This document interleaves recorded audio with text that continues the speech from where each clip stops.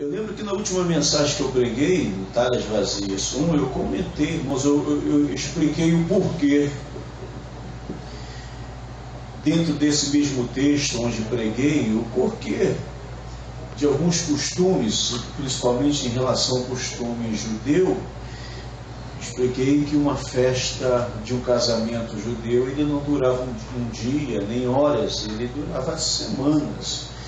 Quanto maior fosse a posse, a condição financeira da família, mais tempo essa festa durava. Dentro dessa mensagem, Talhas Vazias 1, eu disse que podia faltar qualquer coisa na festa, mas se existia algo que você não podia permitir que faltasse, era o vinho. Eu explico que dentro do costume judaico, o vinho ele tem um simbolismo muito forte, que era a representação da alegria. Então o vinho não podia faltar por esse detalhe. O vinho simbolizava alegria. Então, quando o vinho faltava, significava que o motivo maior da festa já acabou também. E eu explico isso dentro do texto, dentro da mensagem que foi Talhas Vazias 1. Mas nesta Talhas Vazias 2, eu quero entrar no assunto e mostrar que quando Jesus ele vai produzir agora o seu primeiro milagre, Jesus ele podia ter caminhado na direção de muitas coisas, de muitos lugares. Jesus ele podia ter criado um cenário, sabe, onde ele pudesse causar o maior impacto possível. Você consegue imaginar o próprio Deus ali encarnado num ser humano? E agora o primeiro milagre que vai abrir o seu ministério, que vai aflorar o seu ministério, expor o seu ministério de uma forma tão tremenda. Eu posso imaginar, se fosse outra pessoa, chamaria canais de TV, chamaria rádios, é claro que naquela época não existia, mas se existisse, seria isso que eles fariam.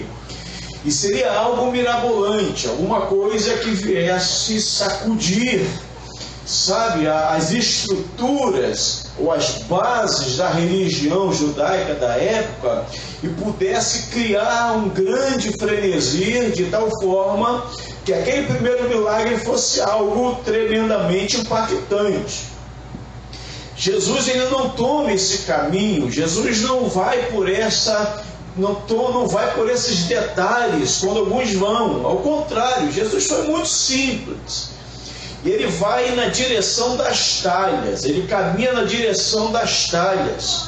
E eu expliquei na última mensagem que essas talhas ficavam logo à frente, seja de um local onde havia uma reunião ou uma cerimônia religiosa. Essas talhas eram importantes ficarem na frente, na entrada daquele ambiente, para que as pessoas, antes de participar, fazia parte do costume, fazia parte de um ato cerimonial judaico, desde lavarem as suas mãos. Era uma forma de mostrar-se purificado. Tanto que eles, em momento nenhum, você viu um judeu comer sem lavar as mãos. Quando os discípulos de Jesus chegaram num local e foram comer e não lavar as mãos, eles foram observados. E alguém rapidamente pergunta: Jesus, os teus discípulos não lavam as mãos antes de se alimentar? E Jesus, olhando e percebendo qual era a intenção dessa pergunta, Jesus disse: olha, o mal não é o que entra pela boca, mas é aquilo que sai. Jesus começa a mostrar que, embora o lavar das mãos fosse um ato importante, mas no sentido da asepsia, da limpeza, de limpar, de que você não pudesse ingerir nenhuma bactéria, mas para os judeus isto era um ato religioso. E Jesus diz: olha, o importante não é o que entra pela boca, mas o que sai. Como quem diz, vocês estão tão preocupados com ato religioso, mas os corações de vocês estão sujos, ainda que se lave as mãos. Jesus começa a tratar dessas questões. Por isso, a gente costuma ver essas talhas, que eram recipientes onde se colocavam água e as pessoas lavavam suas mãos antes de participar de qualquer cerimônia. E Jesus agora caminha na direção dessas talhas, e essas talhas, conforme já mencionei na primeira mensagem, e agora eu repito na segunda, essas talhas, elas simbolizam a igreja de Jesus, a igreja de Cristo. Essas talhas têm função. E aqui você vai perceber que essas talhas têm as suas finalidades. Elas não estão ali simplesmente por um ato, uma questão religiosa. Havia finalidades. Essas talhas representam a igreja do Senhor. E a gente, talvez você pergunte quais são estas finalidades. Talvez, se você parar para pensar na sua cabeça, ou quem sabe na cabeça de muita gente, a igreja tem trocentas finalidades. Infelizmente, muitos usam a igreja com as finalidades mais obscuras possíveis. Mas espiritualmente a igreja tem uma finalidade. A finalidade da igreja, ela sempre tem que ser espiritual. A igreja pode funcionar qualquer coisa. Por exemplo, nós temos aqui na igreja, durante 2 vezes na semana, nós temos aqui alguns irmãos que dão aula de jiu-jitsu. E essas aulas são aplicadas para qualquer idade, seja criança, adolescente, adultos. A igreja, nós cedemos um espaço aqui para os irmãos da nossa igreja para isso, para ajudar a comunidade, para ajudar alguém a se inserir no esporte. Mas entenda uma coisa, ainda que nós venhamos em algum momento ceder o espaço para que isso aconteça, ainda que isso seja saudável no meio da comunidade, no meio do local onde nós estamos, mas a verdadeira função da igreja, a verdadeira finalidade da igreja, ela sempre tem que ser espiritual. Porque se a igreja perder a finalidade espiritual, você pode dar qualquer outro nome para ela. Ela pode ser qualquer outra coisa, menos igreja. Ela pode se tornar um clube, ela pode se tornar, um ambiente saudável, bom, onde se troca uma boa ideia, onde se ouve uma boa música. Mas se ela não tiver uma finalidade espiritual, se ela não tiver, mas se ela tiver uma finalidade espiritual, talvez você pergunte, então me diga, pastor, qual seria a primeira finalidade espiritual da igreja, para que nós possamos entender e compreender, e quando nós entrarmos numa igreja, seja essa, seja qualquer outra igreja evangélica, a gente tem uma compreensão maior. Primeiro, você precisa entender que a primeira finalidade da igreja, ela tem que estar presente. A igreja precisa estar presente. Olha o que aqui diz o versículo 2. Nós lemos apenas o capítulo 2, o versículo 6, o início dele. Começa dizendo exatamente assim: havia ali perto.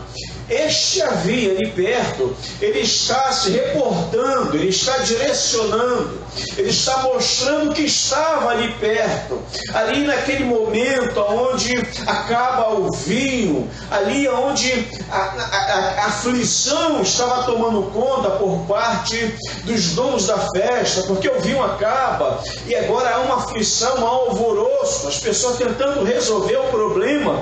E o que estava ali perto? Ali perto estavam as talhas. Então entenda, a igreja não pode ser diferente. No momento de aflição, no momento de angústia, no momento de dor, no momento onde a alma precisa de resposta, a igreja precisa exercer o seu papel de estar presente. A igreja não pode estar ausente dessas questões que são primordiais à vida humana. Eu tenho um amigo, e recentemente ele conversando comigo, um pastor, e ele falava: amigo, eu estou triste demais com a minha igreja. Porque a igreja, pastor, que eu pastoreio, ela não se envolve com nada. Eu posso fazer qualquer evento e a igreja não quer se envolver. A igreja não quer fazer evangelismo. A igreja não se preocupa em participar de uma EBD. A igreja não tem essa preocupação de estar orando. E eu estou muito angustiado com a minha igreja. Eu gostaria muito que a minha igreja se envolvesse, que a minha igreja tivesse vida. Eu gostaria muito de ver a minha igreja ir para a rua, sabe, pregar o evangelho, fazer igual vocês fazem uma vez ao mês lá em Bangu, quando vocês levam os instrumentos musicais, músicos e alguns irmãos da igreja, e vocês cantam louvores, vocês dão testemunho, vocês pregam, sabe, como eu queria que acontecesse isso aqui. Ele estava abrindo o coração para dizer o que era que ele queria que a sua igreja, de que maneira fosse, como a sua igreja estivesse presente. Ele disse, infelizmente, a minha igreja ela não está presente dentro desse aspecto. Passou-se alguns dias após nós termos conversado, os irmãos e nós, o Brasil e parte do mundo, viu quando lá no bairro Muzema, ali próximo à Barra, 2 prédios caíram, e nesses dois prédios que ruíram, várias pessoas morreram e foi um caos total. E acredite você que esses 2 prédios que caíram é bem próximo da igreja desse amigo. E quando esses prédios caem, houve um alvoroço naquele lugar. E automaticamente, esse meu amigo, ele disse, eu vou fazer alguma coisa. E ele corre para a igreja, ele vai para o joelho, e ele começa a pedir orientação a Deus, e Deus diz, abre as portas da igreja, chama os irmãos, faz quentinhas, pega roupa para doação. E ele então começou a ligar para um, ligar para outro, e foi ligando. No começo foi meio tímido, foi um irmão, 2, 3. Ele falou, pastor, você não acredita, a nossa igreja está lotada de gente, fazendo quentinhas, distribuindo roupas, a gente dá o almoço, a gente está dando janta a um monte de gente que perdeu as suas casas. Pastor, que coisa boa, eu estou percebendo que a minha igreja agora está presente. No domingo passado, eu liguei para ele, assim que eu saí do local onde eu preguei, e a gente está sempre se falando, eu falei, meu amigo, como é que você está? Ele disse, pastor, você não tem noção do que aconteceu. Você acredita que quando eu abri as portas da igreja, quando eu comecei a convocar os irmãos, quando eu comecei fazer quentinhas e recolher roupas para fazer doação para quem perdeu tudo, quando a gente começou a alimentar o povo que já não tinha mais nada, você acredita, pastor, que a comunidade, o local, o bairro percebeu a nossa igreja com as portas abertas? A igreja ficou feliz, sabe, o povo ficou feliz, e toda hora vinha gente aqui dizendo, olha, parabéns pelo trabalho que vocês estão fazendo, parabéns por essa iniciativa, parabéns por nos acolher no momento de dor e de necessidade. Eu disse, pastor, eu sabia que o domingo, hoje o culto tinha tanta gente, que eu não sabia o que fazer com tanta gente. Então por que eu digo isso agora para vocês? Porque quando a igreja está presente, quando a igreja assume o seu papel, olha o que o texto diz, havia ali perto, a igreja tem que estar perto de alguém, a igreja tem que pulsar suas artérias evangelísticas. Eu não deixo de falar isso. Uma das coisas que me dá tristeza quando a gente faz ar livre, é que a gente já sabe como a gente conta nos dedos as pessoas que nos ajudam. Sabe, irmãos, parece que vem mais gente de fora do que de dentro. A igreja de Jesus, ela precisa estar presente em um momento como esse. Nós somos a igreja de Cristo, a gente precisa estar presente. Não é presente apenas quando temos culto aqui nas quartas, alguns sábados, domingo, todos os domingos. Não é só nesses dias marcados. A igreja precisa mostrar presença em todos os momentos. A igreja de Cristo, ela tem que mostrar a sua cara.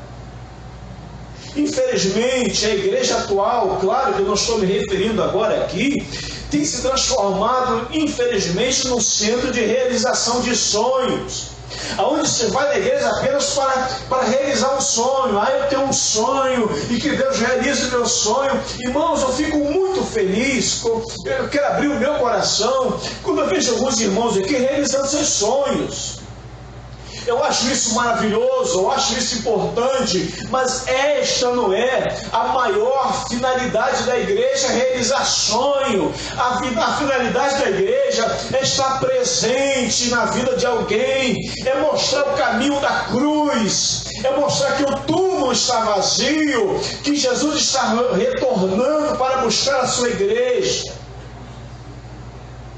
O papel da igreja é mostrar que, por pior que você seja, por mais que você tenha pecado, se você se arrepender, é o sangue de Jesus que nos purifica, que nos lava, que nos dá condições de erguer a cabeça, de recomeçar a vida. Por isso eu digo, a igreja de Jesus precisa estar presente. Não apenas quando acontece uma catástrofe conforme essa que eu acabei de dizer para vocês, que vocês já viram e sabem que aconteceu no bairro Muzema, com aqueles 2 prédios e tudo isso. A igreja precisa estar presente na vida de alguém que você sabe que precisa do socorro de Jesus. A igreja precisa estar presente. A igreja precisa desse socorro, a igreja precisa mostrar sua cara, sua face. Por isso eu fiquei feliz quando esse amigo disse: pastor, a igreja estava presente. Obrigado, Marcelo. A igreja estava presente. E isso foi tão interessante que a igreja dele foi a primeira igreja que começou esse trabalho de ajudar a comunidade ali no bairro Muzema, quando os prédios caíram. Assim que a igreja dele faz isso, mostrou-se depois na TV várias outras igrejas fazendo a mesma coisa. Quando a igreja está presente, ela contagia os demais. Quando a igreja está presente, ela dá boas referências. A igreja de Jesus é essa. Ela precisa estar presente.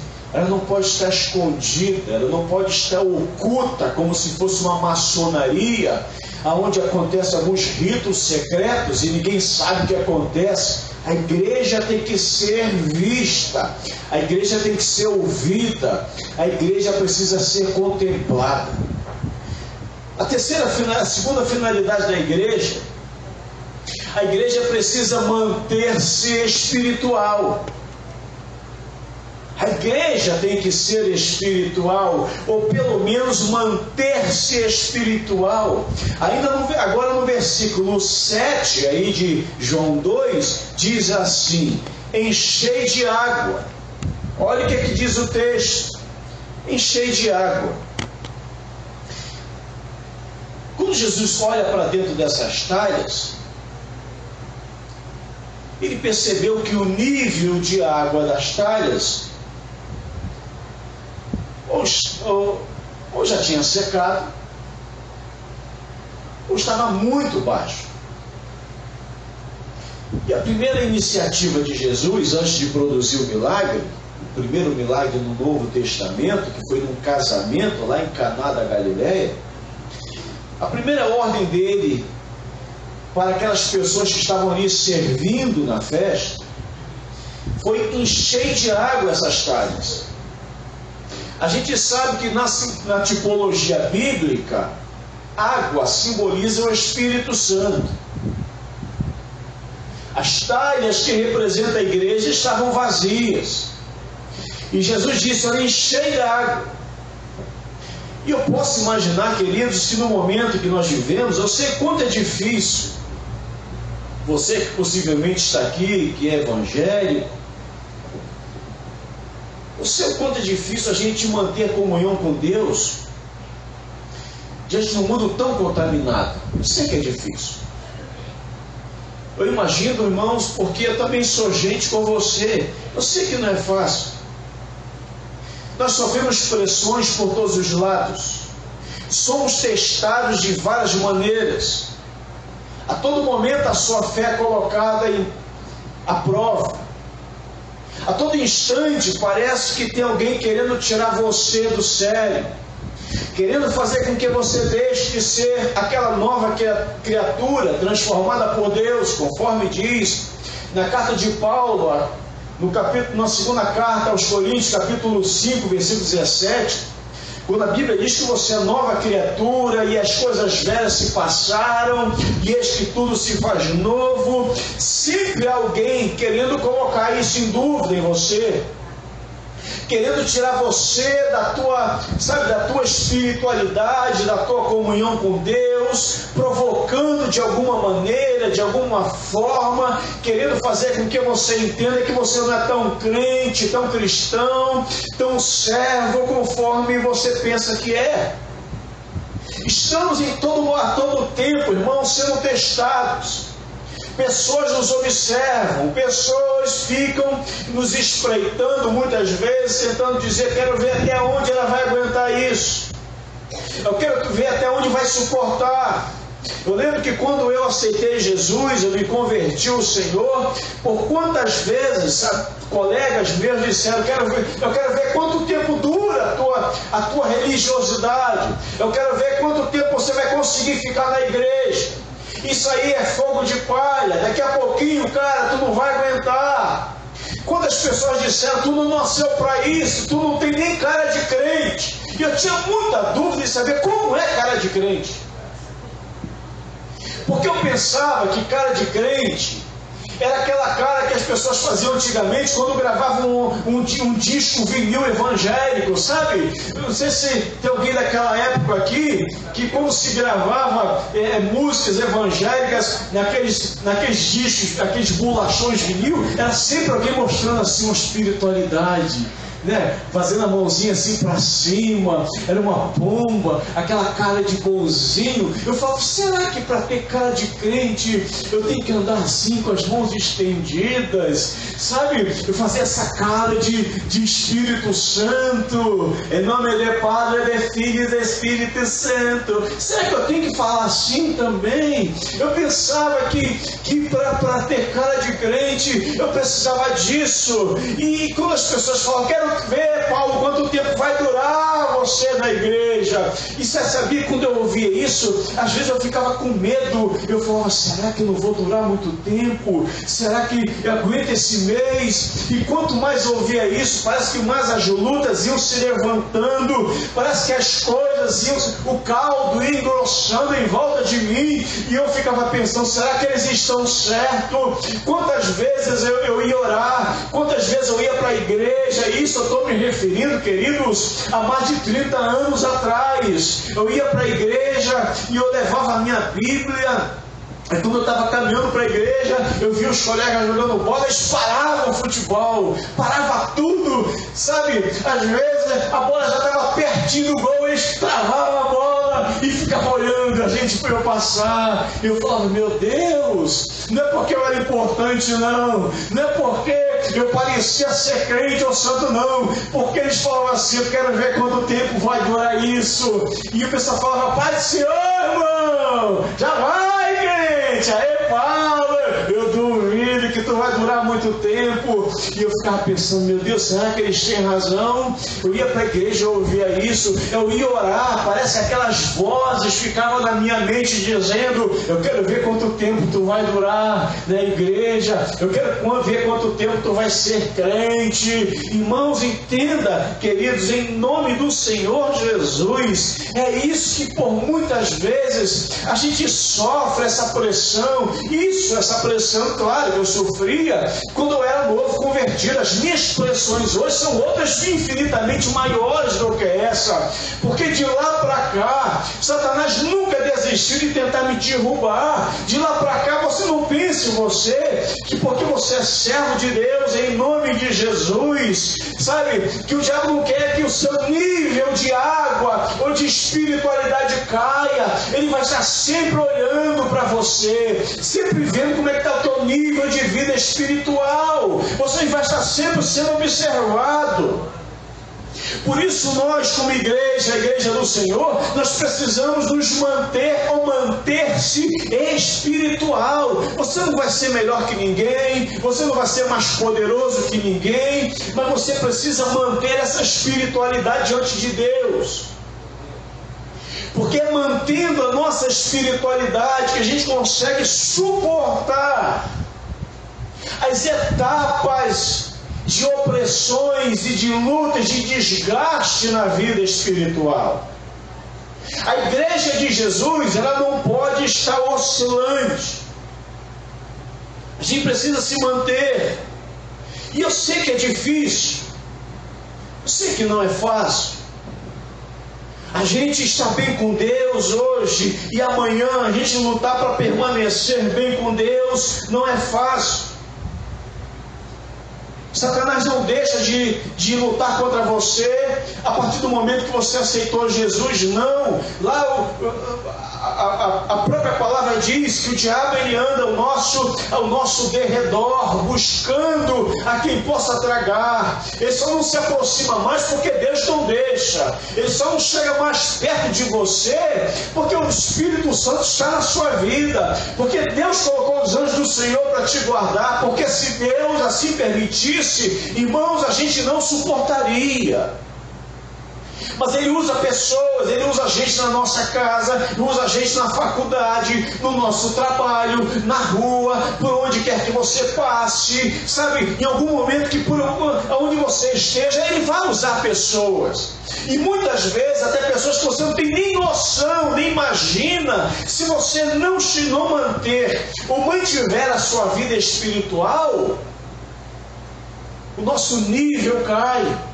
Jesus ele olha para dentro das talhas e ele percebe que elas estavam vazias. E a primeira preocupação do Senhor, a primeira ordem dela foi: encham essas talhas, enchei-as, não deixe elas vazias.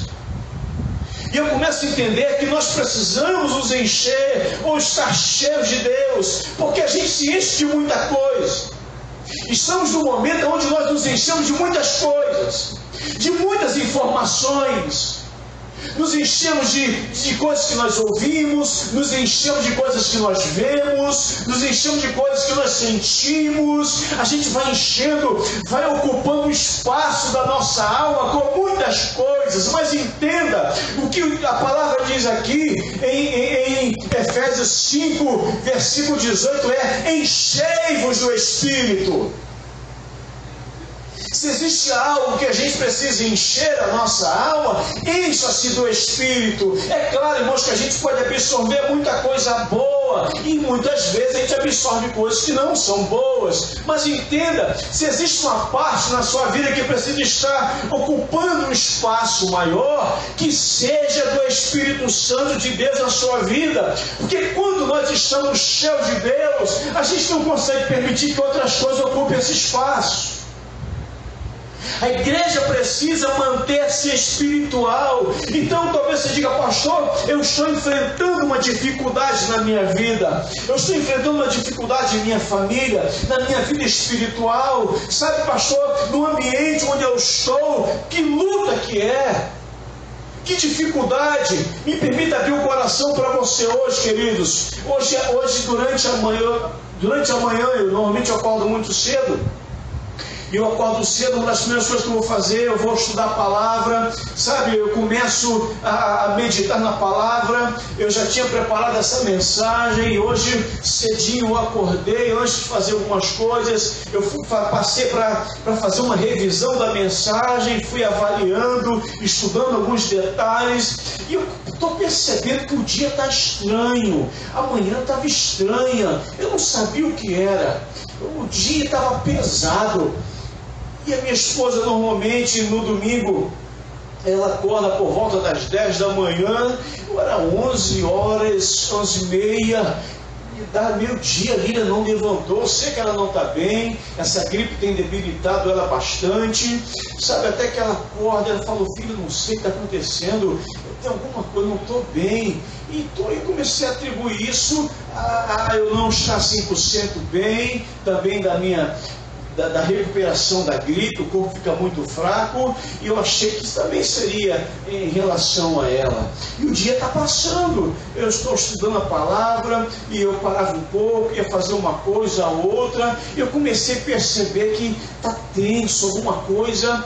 Quando chegou agora por volta de quase 4 horas da tarde, eu comecei a perceber algo pesado, um clima pesado, sabe? Eu falei, tem alguma coisa estranha, e naquela hora eu parei, e eu falei, Lília, vem cá, filha.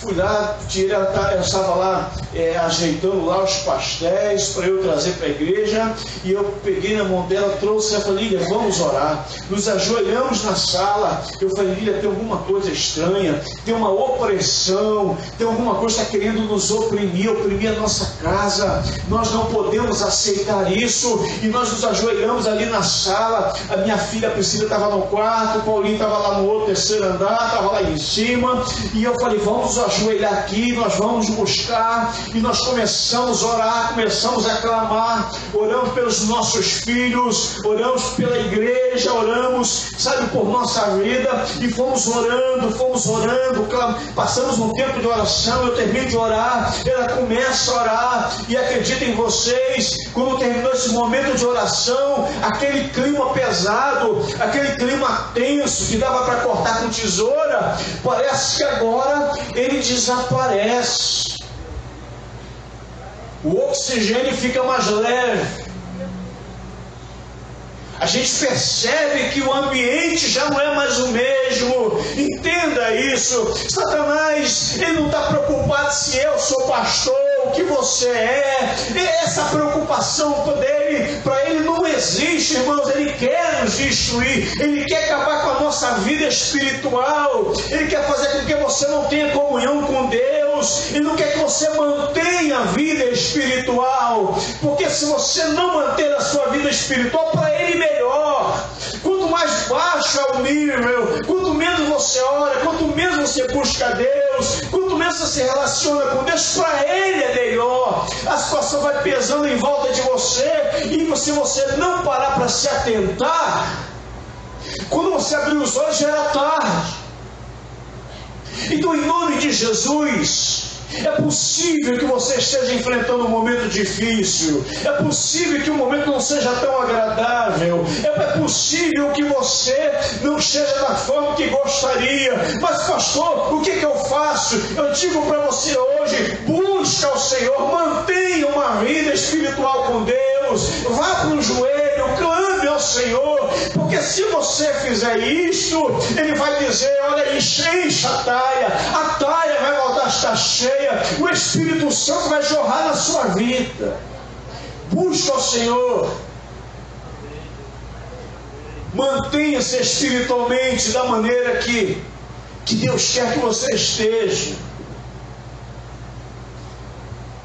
É você que precisa fazer isso. É você que tem que parar e atinar, peraí, tem alguma coisa que não está bem, alguma coisa está fora do lugar, há algo que não está da forma que deveria estar. É você que precisa estar atento para isso, é a gente que precisa estar atinando para esses detalhes. Por isso, igreja de Jesus, esta é a segunda finalidade, é manter-se espiritual. A segunda finalidade da igreja é essa, é manter-se espiritual. Então busque isto, clame ao Senhor, peça socorro, vá para o joelho, sabe, faça alguma coisa, mas não permita de maneira alguma que Jesus olhe para dentro dessa talha e perceba que ela está vazia, porque foi isso que ele fez. Ele olhou para a talha e ele viu que ela estava vazia. Agora pare para pensar, Jesus fez isso lá no Evangelho de João capítulo 2, no versículo 7. Hoje muitas pessoas também estão olhando para a gente, elas sabem quando nós estamos cheios e elas sabem quando nós estamos vazios. As pessoas nos observam, tenha certeza disso. As pessoas estão olhando para você no seu trabalho, o seu colega de trabalho, a sua colega estão observando você. Talvez alguém nem diga nada, nem fale nada, mas está te observando. Se você estiver vazio, sabe, eles estão observando.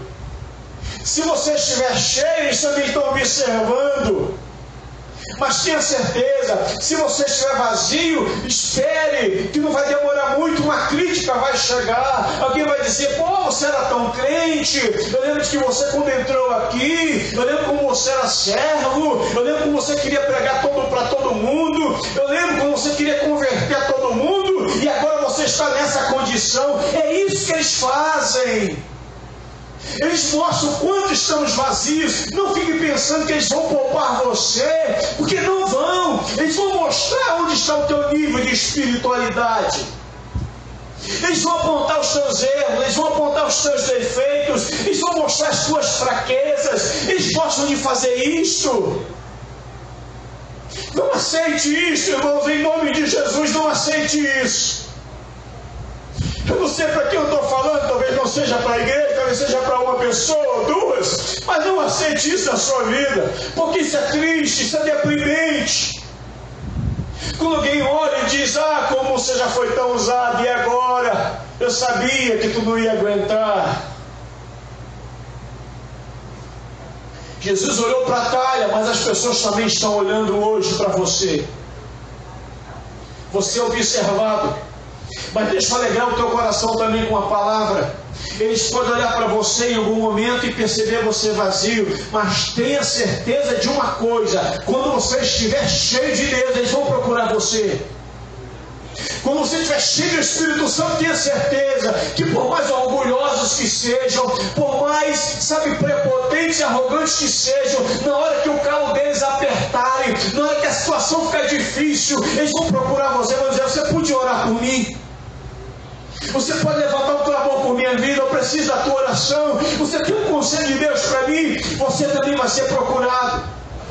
Quando a tua talha estiver cheia, tenha certeza, você será procurado, nem que seja para trazer o nome deles para a igreja para orar, nem que seja um papelzinho que eles vão botar no teu bolso dizendo: olha, está aí meu nome da minha família, ora por nós. Eles só botam o nome na mão de pessoas que estão cheios, porque se estiver vazio, eles não vão pedir. Mas é possível que eles percebam quando estamos cheios e vazios? É assim. Provérbios capítulo 15, versículo 13 diz: olha, um coração alegre, ele formoseia o rosto, mas uma alma abatida seca-se até os ossos. Um coração alegre, ele formoseia. Sabe o que significa? Que aquela alegria interna, aquela alegria que Deus está gerando na sua vida, ela não fica contida, ela é externada de alguma forma. Alguém vai perceber essa alegria saindo de você, essa presença de Deus nos teus olhos, nas tuas palavras, nas tuas atitudes. É o que diz Provérbios 15, versículo 13: um coração alegre, ele formoseia o rosto. Sabe, alguém vai dizer: olha, você não é mais a mesma pessoa, alguma coisa boa te aconteceu, você está mais bonito, mais bonita. Talvez você não se maquiou naquele dia, nem fez o cabelo, nem pranchou, nem fez nada, nem botou nada, nem está diferente, e fisicamente falando, estereotipamente falando. Mas entenda, mas a tua alma está tão impregnada de Deus, tão cheia do Espírito Santo, que onde quer que você passe, você será uma pessoa perceptível. Por isso, em nome de Jesus, permita que eles olhem para dentro de você, veja conforme você está, mantenha essa espiritualidade em nome de Jesus. Eu lembro, queridos, eu digo isso um pouco de tristeza, mas eu lembro que eu preguei numa igreja há muito tempo atrás.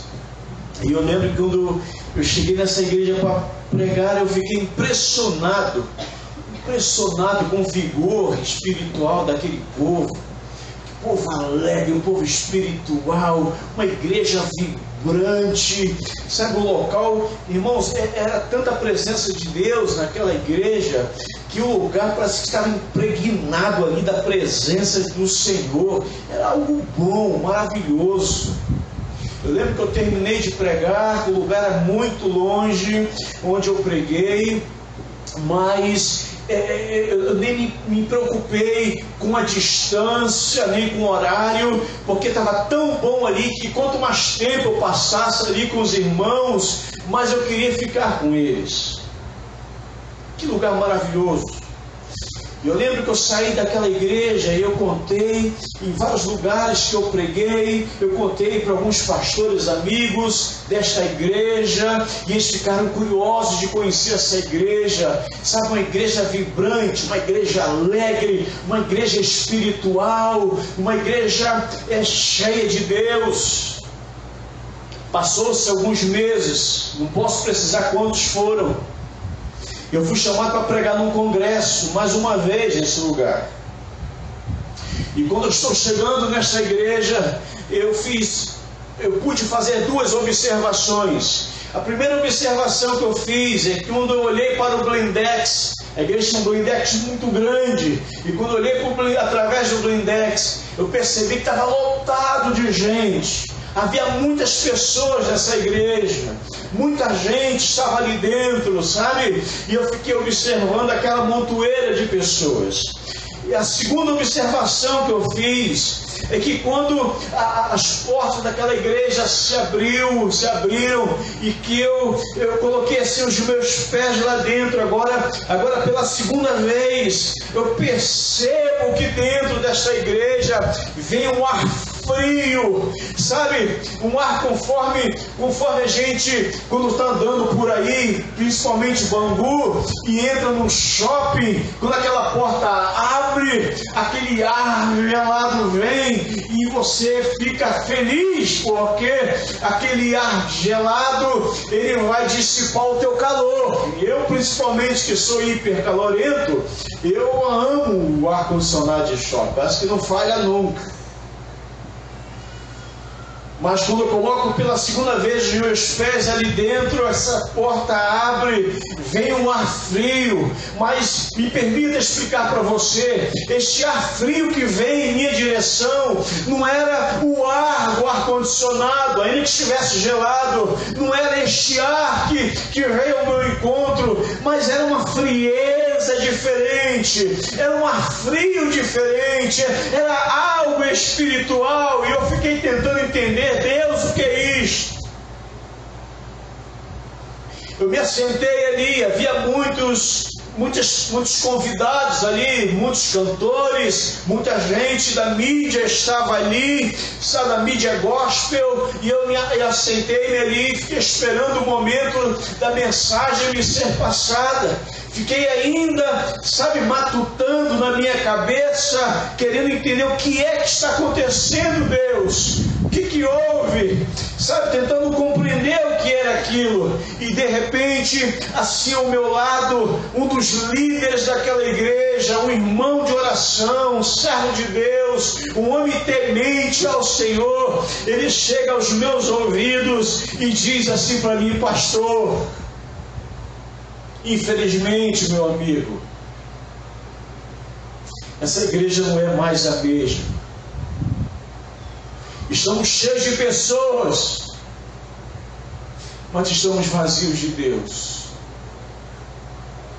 Temos gente saindo por todos os lados, mas não conseguimos mais sentir o Senhor,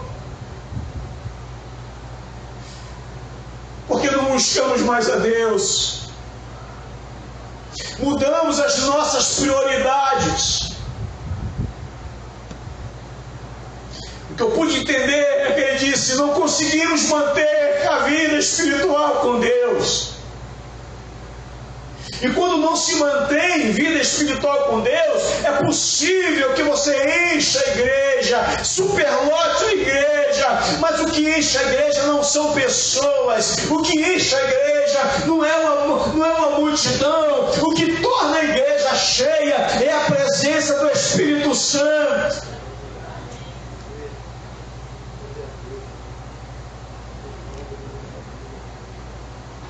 Qual é a terceira finalidade da igreja, pastor? É ser usada por Deus. Por isso o texto ainda no versículo 7 que João 2 diz: as talhas. As talhas. Queridos, vocês sabem, não precisa ninguém aqui ter doutorado no Novo Testamento para saber que o vinho não era colocado em qualquer lugar. Vinho era colocado num recipiente apropriado. Havia potes especiais para colocar o vinho, até mesmo por causa da sua fermentação. Se o jarro, o pote, o vaso não fosse feito com as características, com a espessura da parede para suportar os gases na hora da fermentação, se ele não tivesse apropriado, ele rachava. E você sabe que Jesus, ele, quando vai fazer esse primeiro milagre, Jesus não vai na direção de vasos que já estavam ali, que já tinham sido usados como recipiente, reservatório de vinho. Eu penso, se eu fosse Jesus naquela época, e se eu tivesse que transformar água em vinho, eu mandaria encher aqueles vasos, aqueles potes que antes já foram usados para vinho. Na minha lógica, talvez a sua, seria isso que nós faríamos. Mas Jesus, ele não vai na direção desses vasos. Ele não faz, sabe, você não vê ele mandando: olha, pega aqueles vasilhames, aqueles potes, aqueles barris e encham d'água, aqueles potes que já foram usados, que já tem o cheiro do vinho, que já tem as características do vinho, e encham eles d'água. Jesus não faz isso. Ele vai na direção contrária desses vasos, desses potes. Às vezes parece que Jesus trabalha de forma não convencional, ou não da maneira certa que nós esperamos. Parece que em alguns momentos Jesus é o que nós podemos chamar, numa linguagem mais moderna, do politicamente incorreto. Jesus faz o que era politicamente aqui incorreto. Ele não transforma o vinho nos potes de vinho, ao contrário, ele vai na direção das talhas. E você sabe que essas talhas, que eu já acabei de dizer, que elas serviam para a purificação. Vai na direção delas. Quando o vinho acaba, e agora vai transformar essa água em vinho. Não nos vasos que aparentemente seriam adequados para isso. Eu começo a entender, irmão, já que essas talhas simbolizam a igreja, ou uma das finalidades da igreja, essas talhas, elas também aqui, elas servem para ser usadas por Deus. Então, quando Jesus vai operar esse milagre, ele vai na direção da igreja. Quando Jesus vai operar o milagre, ele vai na direção da igreja, porque eu começo a entender que os maiores milagres começam na igreja. Os milagres acontecem na casa do Senhor. Mas pastor, Deus não pode produzir milagres fora? Claro que pode, Ele é Deus, Ele pode todas as coisas. Mas os maiores milagres que eu pude perceber, Deus fez na igreja. O milagre da minha transformação aconteceu quando eu estava na igreja. Vidas são restauradas na igreja, famílias, sabe, são mudadas e transformadas pelo Espírito Santo na igreja. Por isso, ele vai na direção dessas talhas. Ele não vai nos potes, nos vasos que tem espalhados por aí, que nós nem sabemos por onde esses vasos têm passado. Jesus vai na igreja. E é na igreja que ele começa a produzir milagres. É na igreja que muitas famílias são transformadas. É na igreja que muitas pessoas estão em encontro com Jesus. É na igreja onde o Espírito Santo tem falado ao povo. É na igreja. Porque a igreja, queridos, ela foi criada, sabe, não para ser um objeto decorativo. A igreja não foi criada para ser um ponto turístico, um polo de entretenimento. Muitas vezes a igreja é transformada em algo dessa natureza, onde você pode ver tudo na igreja, onde você vê tanta coisa na igreja, você ri na igreja, se diverte na igreja. Eu não quero dizer para você que a igreja tem que ser aquele lugar fechado, onde você é proibido de sorrir, de brincar, de ser feliz. Não, pelo amor de Deus. Igreja é um lugar saudável, igreja é um lugar bom, igreja é um lugar onde nós nos sentimos felizes. Mas entenda, igreja é um lugar onde também tem que acontecer milagres, onde Deus, o Espírito Santo atua, transforma. Igreja não pode ser usada só para você ir rir o dia inteiro, não você passar só para ver, sabe, para ver, coreografia ou coisa desse tipo, que tenha isso, mas a igreja, você precisa ver o agir de Deus. A igreja tem que ser usada por Deus. A igreja precisa você ver a mão de Deus agindo, restaurando, mudando a igreja. A igreja precisa ser esse corpo vivo, onde o poder de Deus continua transformando vinho, dia e noite, transformando água em vinho. A igreja precisa ter esse papel. Você entra aqui como aquela água barrenta, e quando ninguém menos espera, você se transforma no melhor vinho. É assim que a igreja, ela foi criada para ser usada por Deus, não pelos homens.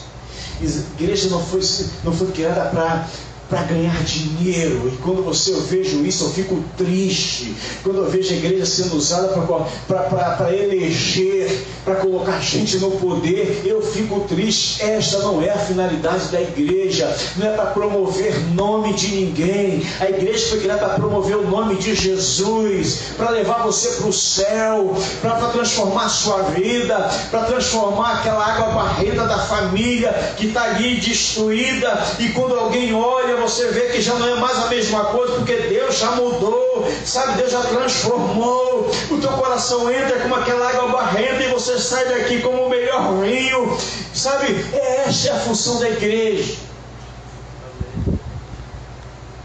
É transformação diária, é mudança diária. Igreja é para ser usada pelo Senhor, e isso é tão maravilhoso que Mateus 16, versículo 18 diz, olha, o próprio Senhor Jesus disse: as portas do inferno, elas não prevalecerão contra a minha igreja. Você vê o que Jesus diz nessa mensagem? A minha igreja. A igreja não é do pastor Paulo, a igreja não é de apóstolo, de bispo, de concorrente a Deus. A igreja é de Jesus. E quando a igreja é de Jesus, ele diz: a minha igreja, as portas do inferno não prevalecerão contra a minha igreja. Vamos colocar em pé, amados, por favor. Feche teus olhos em nome de Jesus. Amado Deus e Pai, quero nesta noite, finalizando esta mensagem, dizer que a finalidade da tua igreja, conforme o Senhor bem nos falou dentro dessa mensagem, Talhas Vazias 2, é estar presente. Eu te peço que o Senhor nos ajude a estar presente. Presente, Deus, na vida daqueles que necessitam do Senhor. Nos ajude que a segunda finalidade da igreja seja manter-se espiritual. Então, não permita que essa igreja seja uma igreja carnal, uma igreja onde não se sente a tua presença, uma igreja onde o teu Espírito Santo não tem liberdade, aonde, Deus, não percebemos nada a não ser qualquer outra coisa, mas que venhamos nos manter na tua presença espiritualmente, para que as portas do inferno não venham prevalecer contra a tua igreja, e que a tua igreja, Deus, assuma a terceira finalidade, que é ser usada por ti. por Deus. Somos essas talhas, e essas talhas não podem estar vazias. Elas foram usadas, elas foram colocadas ali para serem usadas por Ti. Que nós possamos ser usados por Ti, Deus, usados pelo Teu Espírito, para dar uma palavra para alguém, para orar por alguém, para socorrer alguém na hora do momento difícil, sabe, para estar ao lado daquele que muitas vezes está sozinho. Nos permita ser usados por Ti, Deus, que essa igreja seja usada poderosamente para pregar a Tua palavra, para propagar o Teu reino, para dizer que o Senhor está voltando, para mostrar que, por mais que venhamos estar hoje neste ambiente, não da maneira que nós gostaríamos, mas nós podemos sair daqui diferente conforme entramos. Porque na presença de Deus as coisas se transformam. Na presença de Deus o Espírito Santo muda toda a característica. Ele muda todo o nosso formato. Na presença de Deus a configuração é outra. Nos ajude, Deus, nos ajude a sermos usados por Ti. Nos ajude, Deus. Não permita nunca que essa igreja seja usada por homens, seja usada por qualquer outra motivação, a não ser pregar a Tua palavra, viver o Teu Evangelho e respirar a Tua presença. Essa é a igreja de Jesus. Eu não sei, Deus, quantos nesta noite estão nesse lugar e chegaram, de que maneira chegaram. Eu não sei a história e o histórico de vida de cada um deles, mas eu sei que Tu conheces a todos nós. A Tua palavra diz que Teu Espírito Santo a tudo perscruta, tudo sonda, tudo vê, sabe, Deus, como somos, como estamos. Então vinde sobre nós hoje. Observa qual é o nível, sabe, Deus, o nível de óleo, de azeite, de unção e de presença do Teu Espírito em nós. Vê, Deus, como estamos, se estamos no nível que Te agrada, porque a Tua palavra diz que o Senhor olha lá para dentro da talha, o Senhor percebeu como elas estavam vazias, por isso houve necessidade de serem cheias. Então olha para nós hoje, qual é o nível de espiritualidade que temos diante da Tua presença, como somos enxergados, vistos, quais são os comentários que falam de nós aí fora, Deus.